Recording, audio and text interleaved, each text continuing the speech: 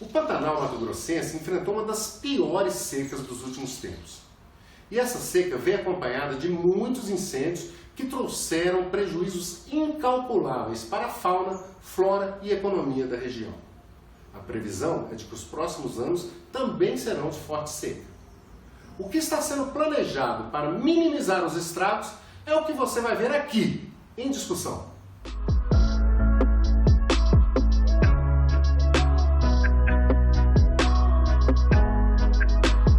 Até o ninho de Tunuyú, que era considerado patrimônio imaterial e um dos pontos mais visitados pelos turistas, foi consumido pelas chamas. As chamas no Pantanal têm alcançado mais de 25 metros de altura e que, inclusive, impossibilitam os homens de fazer esse combate, o que mostra que uma outra estratégia precisa ser adotada. 30 dias sem chuva, temperatura acima dos 30 graus e umidade abaixo dos 30%, pode escrever o risco alto e vai ter incêndio.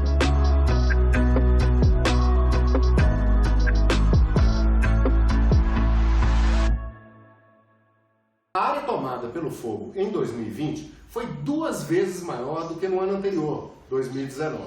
Assustador, não é? Só que em 2019, a área queimada já foi 3 vezes maior do que em 2018. Os dados de sensoriamento remoto permitem também uma comparação temporal, uma análise temporal, e nós estamos vendo que para esse ano de 2020, cerca de 200% a mais foi o aumento em relação ao ano passado, 2019, que por sua vez já teve um aumento de 320% em relação a 2018.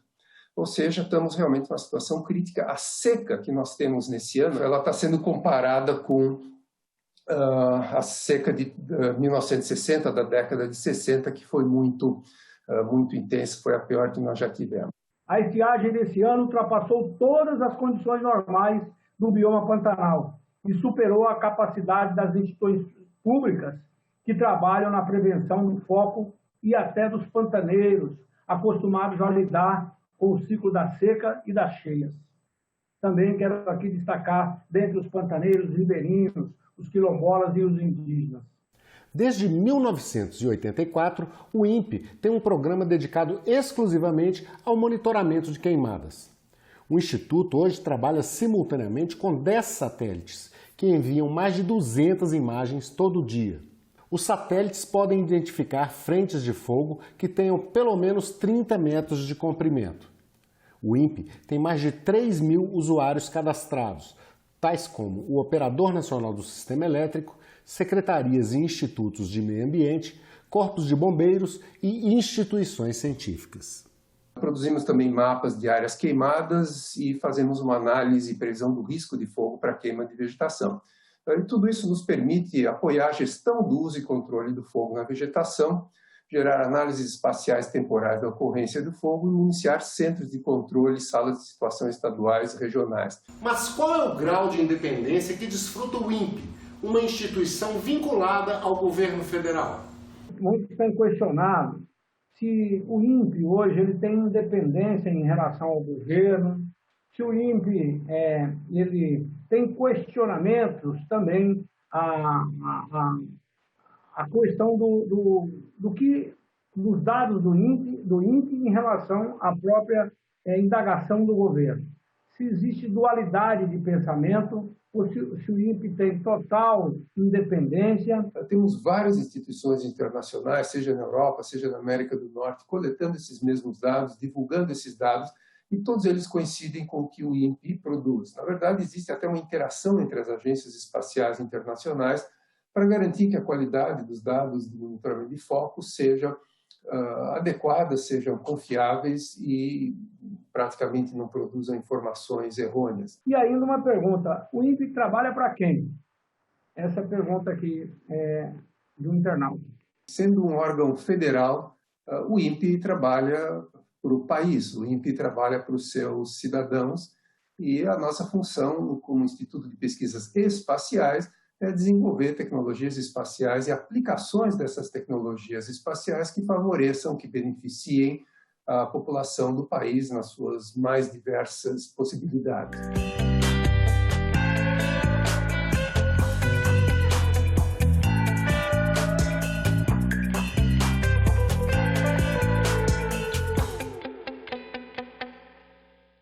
Claro que uma outra vez algum dado nosso pode ter alguma falha, acho que qualquer sistema tem suas falhas, e a nossa estimativa é que é menos que 0,001% dos dados com algum tipo de problema.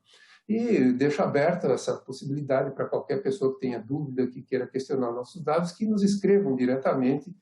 Com toda satisfação nós iremos atender essas dúvidas, como temos feito com vários usuários que nos procuram todos os dias. A forte seca deve permanecer nos próximos anos. Como fazer para minimizar seus efeitos? O planejamento que está sendo feito para o próximo ano, para os próximos anos, de necessidade mínima para a seca que continua previsível. A meteorologia está prevendo que teremos mais 4 a 5 anos de seca. Então, isso permitirá, inclusive, uma melhor estruturação, tanto do governo do Estado, dos governos do Estado, como também do governo federal. A parceria através da Defesa Civil, das estruturas da Marinha, do Exército. Nós temos um debate a ser feito qualitativo, que precisa ter a oitiva da comunidade científica, mas daqueles que realmente estão fazendo o combate em campo, para que a gente possa coletar de outros estados experiências exitosas, ainda que não sejam diretamente no incêndio florestal, e incorporar isso nas nossas estratégias e nos métodos a serem adotados para o próximo ano. É necessário que se faça essa discussão com os diferentes atores, que tenha, sim, a contribuição da sociedade civil, do setor privado, do governo, que tenha e que se olhe, inclusive, quem está lá na ponta, os territórios, como o senhor senador destacou no início. As pessoas que estão lá nas comunidades, nos territórios, as comunidades tradicionais. Nós estamos compilando todos os dados desde que a gente está na relatoria dessa matéria, e toda a participação sempre é muito bem-vinda para a gente poder enriquecer o relatório final. A gente precisa contar com os governos estaduais, Mato Grosso do Sul e federal, para a gente atravessar esse momento, atravessar essa tragédia e, posteriormente, organizar ações para que no ano que vem, nessa época, a gente não venha ocupar esse espaço para discutir os mesmos problemas. Uma coisa parece certa: é preciso mais gente para combater o fogo. Registramos aproximadamente mais de 500 militares atuando em diversas frentes, completando o trabalho pelo nosso controle de mais de 500 agentes, me permitam usar essa expressão, que se solidarizam neste combate a este momento histórico negativo que vivemos com seca e incêndio na região do Pantanal. De um lado, nós temos essas frentes avançando de maneira descontrolada, cobrindo centenas de quilômetros quadrados, e do outro lado, nós temos apenas centenas de brigadistas, como o general Leal, que me precedeu na apresentação, mesmo combinando as Forças Armadas com os brigadistas e voluntários, nós temos cerca de 1.000 pessoas trabalhando nisso. Esse número, obviamente, está subdimensionado. Nós precisaríamos de 10 vezes mais pessoas e, muito possivelmente, 100 vezes mais pessoas atuando no campo. Eu vi na fala do Alberto a questão da quantidade de homens. Isso é algo, inclusive, que a gente precisa avaliar, porque as chamas no Pantanal têm alcançado mais de 25 metros de altura, e que, inclusive, impossibilitam os homens de fazer esse combate. Muitas vezes, são as próprias condições ambientais que não ajudam no combate ao fogo. Já foi muito reportado, não só pelos pantaneiros, mas também pela comunidade científica, que a biomassa contribui para que esses incêndios tenham as proporções. O fato do Pantanal ser o bioma mais preservado, ele também oferece um outro fator que dificulta todas as nossas ações, que é a logística, o difícil acesso a esses locais. A temperatura alcança, aqui no estado de Mato Grosso, 47, 48 graus, com uma umidade relativa do ar que chegou a 8% no Pantanal, naquele período mais crítico. Os bombeiros têm uma regra que eles chamam a regra dos 30. Essa regra dos 30 diz o seguinte: 30 dias sem chuva, temperatura acima dos 30 graus e umidade abaixo dos 30%, pode escrever o risco é alto e vai ter incêndio. Se você ainda adicionar a questão da velocidade do vento acima de 30 km por hora, então você tem a conclusão de que não há nada a ser feito no incêndio, não tem como segurar essa situação. As dificuldades enfrentadas deixam claro que uma outra estratégia precisa ser adotada. O combate aéreo, consorciado e, inclusive, a gente fazer aquela discussão qualitativa da utilização de outros produtos que visem retardar ou melhorar a eficiência desse combate aéreo. No aeroporto em Corumbá, lá estavam os aviões agrícolas fazendo a coleta de água, abastecendo para fazer ali o controle de queimadas aqui bem próximo da cidade. Foi aprovado também no plenário do Senado para o uso dos aviões agrícolas no combate aos incêndios. Para isso, claro, está previsto lá o treinamento desses pilotos, né, para que eles possam também fazer o combate aos incêndios, que é diferente apenas de uma pulverização aérea. Não temos água para o abastecimento das populações, seja humanas, seja fauna, seja para abastecer os próprios aviões que vai fazer esse combate. São 14 aeronaves utilizadas pelas Forças Armadas no combate ao incêndio no Pantanal. Quase todas elas são helicópteros pertencentes às 3 forças. Mas há também um Hércules C-130, equipado com o sistema MAF-FS, que permite o lançamento de água diretamente sobre as chamas. As ações têm por base as cidades de Poconé, Barão de Melgaço e Porto Jofre, no Mato Grosso, e no Mato Grosso do Sul, Corumbá e Ladário, esta última sede do 6º Distrito Naval, que coordena os trabalhos.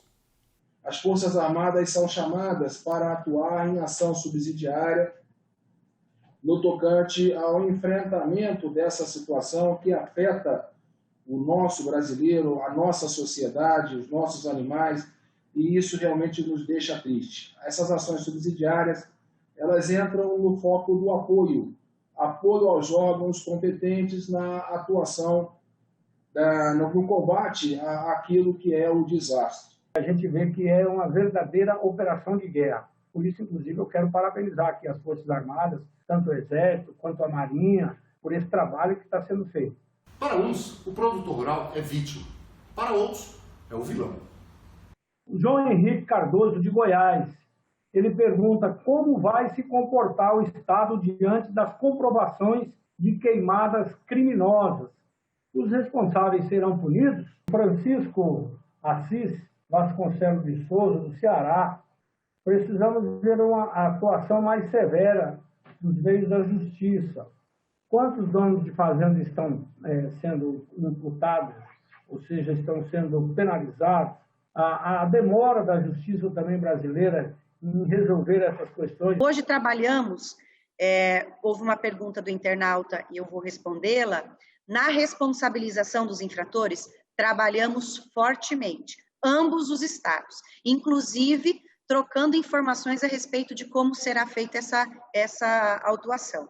Mas ela tem que ser responsável também, porque muitos foram atingidos sem ter culpa, sem ter contribuído para que o evento acontecesse. Nós precisamos observar o nexo causal. Quem que causou o incêndio? Acho que isso tem que ser levado em conta, inclusive nas notificações. Tem que estar lá na notificação quem é que causou. E às vezes estão se cometendo aí injustiça nas pessoas, colocando como proprietário o responsável pelo incêndio, quando o incêndio normalmente surge nas vias públicas, nas estradas, etc., por descuido das pessoas que transitam por lá. Historicamente, há uma dificuldade de julgamento desses autos de infração. O Estado de Mato Grosso, dentro do planejamento do combate ao desmatamento ilegal, aos ilícitos ambientais, aos incêndios e queimadas ilegais, nós trabalhamos com força-tarefa e, além disso, estruturamos o desaparelhamento dos infratores como estratégia para que essas infrações não voltem a acontecer, mas invariavelmente essas autuações, essas apreensões têm uma interface direta com a justiça e o regramento acho que precisa ser aprimorado, há também que incluir o judiciário nesse debate. Muitas vezes o incêndio começa na via pública e aí entra a importância dos aceiros, que são o centro de uma outra grande polêmica. Na BR-262, que liga Campo Grande a Corumbá, estamos tendo muitos incêndios. Isso, de um modo geral, nas BRs, nas estradas estaduais e também nas estradas vicinais. O que se alega é que a faixa de domínio é de responsabilidade do poder público. Como o poder público não faz a sua manutenção ideal, o próprio proprietário, fazendeiro, ele é impedido. Para ele poder fazer um acero, para ele poder fazer qualquer melhoramento, ele tem que ter uma licença ambiental e uma permissão, então, do órgão, seja do DENIT, seja do órgão do Estado e também das prefeituras.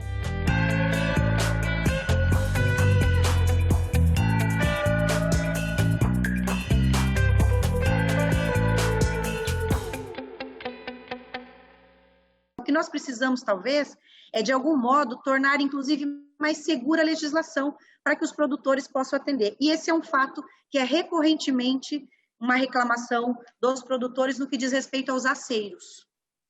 Hoje a gente não exige autorização para a construção dos aceiros, mas o que nós temos de legislação, que é o Decreto Federal 2661, ele não estabelece uma forma muito clara. Então, há uma dúvida de qual a metragem, como construir os aceiros. Eu acho que esse debate tem que ser feito até para que essa orientação torne possível para o produtor. Inclusive, já tivemos autuações no passado para quem fez aceiro, né? E também se discute o que é um aceiro eficiente.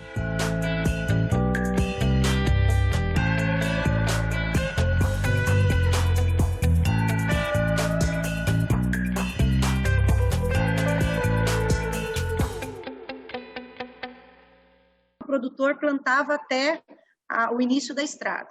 E com isso ele mantinha limpa essa faixa de domínio.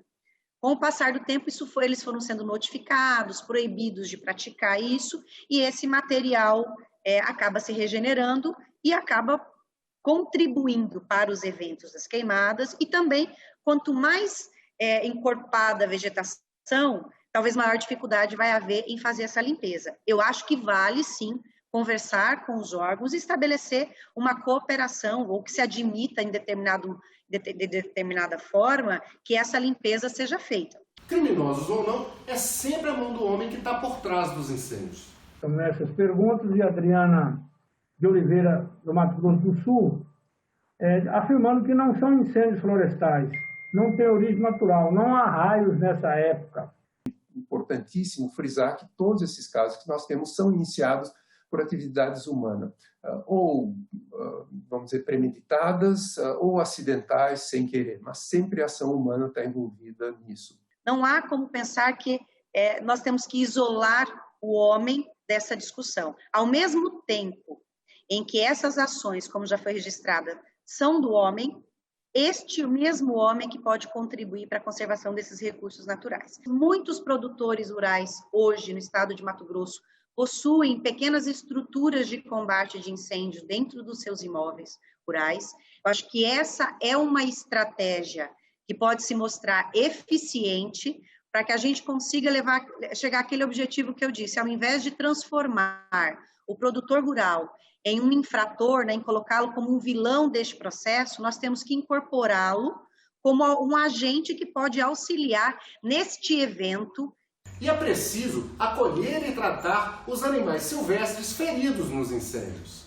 Mato Grosso, nós não temos nenhum CRAS, né? Ou seja, o Centro de Reabilitação de Animais Silvestres. A visão na legislação era para 4 CRAS. Mato Grosso tem o CETAS de Lucas do Rio Verde, que já está concluído, está em fase do licenciamento para o início da sua operação. Mas os outros 2 CETAS que são necessários para que a gente possa fechar pelo menos um para cada bioma estrategicamente dentro do estado, ainda não tem recurso garantido. A Universidade Federal de Mato Grosso, em Cuiabá, na capital, onde temos o zoológico, que a reitoria já está entendendo que o melhor era substituir o zoológico, dado a condição da localização muito central. O Centro de Reabilitação dos Animais Silvestres aqui de Cuiabá também já tem projeto, já tem recurso na ordem de 4 milhões garantidos e nós já iniciamos a obra de cercamento desta área. Então, esse é um dos primeiros desafios que o Estado precisa fazer para o próximo ano, melhorar as estruturas de suporte para os animais silvestres, e isso faz parte do nosso planejamento. E no meio disso tudo, ainda tem a pandemia. A preocupação é exatamente agora, no momento da economia, em função da pandemia nacional, toda ela vai estar também numa situação difícil, né? Nós vamos ter que fazer uma recuperação econômica do país, mas especificamente nessa região. Soma-se a questão pandêmica com a questão dos incêndios, do fogo. O que nós estamos levando para as populações, seja humana, seja populações ou fauna, como está chegando isso? Qual que é essa relação e os perigos em relação que estamos vivendo? Mato Grosso e Mato Grosso do Sul está muito forte ainda a questão da pandemia. E o que fazer para recuperar a economia pantaneira para os próximos anos? Nós precisaremos agora, nesse trabalho de recuperação, da conservação do nosso Pantanal, recuperar a economia, os investimentos no turismo, o pequeno que teve lá o seu gadinho, a sua casa, às vezes até queimada, o ribeirinho, que praticamente está abandonado, mas o pecuarista também, porque a gente sabe, e aí eu falo como médico veterinário, que também a convivência da pecuária secular, da sapiência do pantaneiro, ela é fundamental. Carece ainda de definição, com base nos órgãos oficiais de pesquisa, de quais de fato são aquelas ações que podem ser desenvolvidas no Pantanal, de modo a conservar, conciliando com um setor produtivo forte, que inclusive possa contribuir para a manutenção deste importante bioma. Se nós podemos usar 80% do Pantanal pela legislação hoje, né, o que nós precisamos? É fazer um planejamento de como ocupar. Isso aí pode ser feito no zoneamento econômico e ecológico, para que se diga, bom, aqui pode-se ter economia, pode ser pecuária, agricultura, não pode, aqui é reserva, nós temos que realmente segurar os parques, né? E não trabalhar, então, em áreas que não se destine à atividade agropecuária. O nosso propósito do Estatuto do Pantanal é fazer um estatuto norteador para agir cooperável entre os estados, né, a região do Pantanal, claro, também o governo federal, com o objetivo de fomentar a certificação ambiental das atividades sustentáveis desenvolvidas na região da bacia do Rio Paraguai. E, é claro, tudo dentro do que manda a ciência. Nós precisamos fortalecer uma economia sustentável que possa ser compatibilizada com o Pantanal, e eu acho que essa é a vontade do pantaneiro, é a vontade das instituições científicas, porque eu acho que elas orientam a isso, tentar estabelecer dentro de uma base científica consolidada essas ações emergenciais que precisam ser adotadas para o Pantanal, para que a gente possa minimizar os impactos para o próximo ano. A importância da economia, né, e a importância da conservação, a necessidade, né, de se discutir, de se ter, a partir da base técnica e científica, mas também os conhecimentos tradicionais dos povos indígenas, das comunidades ribeirinhas, do conhecimento geral, né? Então, fazer essa discussão qualificada, mostrei no início. Você pode ter atividade econômica com os cuidados, né, dentro da regra do jogo, estabelecido, pré-estabelecido, planejado, estudado, colocando todo esse processo dentro de uma coisa que realmente tem a base científica, e como diz a doutora Áurea, nós precisamos trabalhar com a ciência. Gostou do programa? Compartilhe. Obrigado a você que esteve com a gente e até o próximo Em Discussão.